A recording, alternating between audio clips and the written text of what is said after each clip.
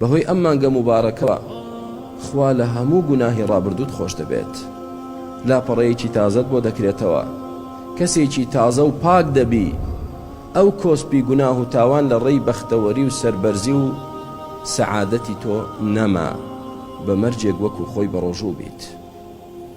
کەواتە مانگێک ببێتە هۆکاری بەختەوەری دنیا و دوا ڕۆژمان، ببێتە ڕێگر لە ناڕەحەتی و دەردەسەری و بەڵاو موسیبەتمان لە دنیا و لە دوا ڕۆژ، حەقی خۆیەتی دڵمان پێی خۆش بێت، حەقی خۆیەتی سوپاسی خوا بکەین لەسەر ئەوەی ئێمەی گەیاند بە مانگە. بەڵام زۆرێک لە موسڵمانان 6 مانگ پێش هاتنی خەفەت دەخوا قڕ بەسەرمان نەبێ ڕەمەزان نزیک بۆ، کە ڕەمەزانیش هات حظه من صيامه الجوع والعطش ومن قيامه السهر والتعب. كاتێک ڕەمەزان دێ چونکە بە دڵێکی پڕ بە ئیمانەوە، بە چاوەڕێی ئەجر و پاداشتەوە،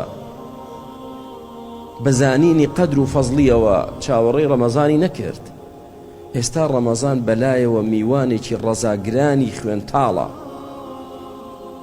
بەڕۆژوو دەبێت، بەڵام ئەوەندە ئیستیفادە لە ڕۆژەکەی ناکە، درێژایی ڕۆژەکەی بە خەوتن بەڕێ دەبات.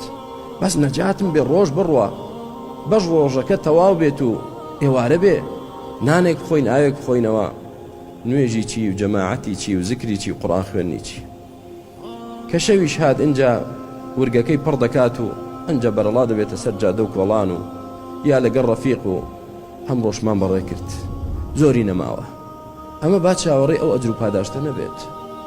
بۆیە پێغەمبەری خوا فەرمووی عەلەیهی سەڵات وسەلام هەندێک کەس بەشی لە ڕۆژوگرتن تەنها تینوێتی و برسێتیە، بەس ئەوەی بۆ دەمێنێتەوە.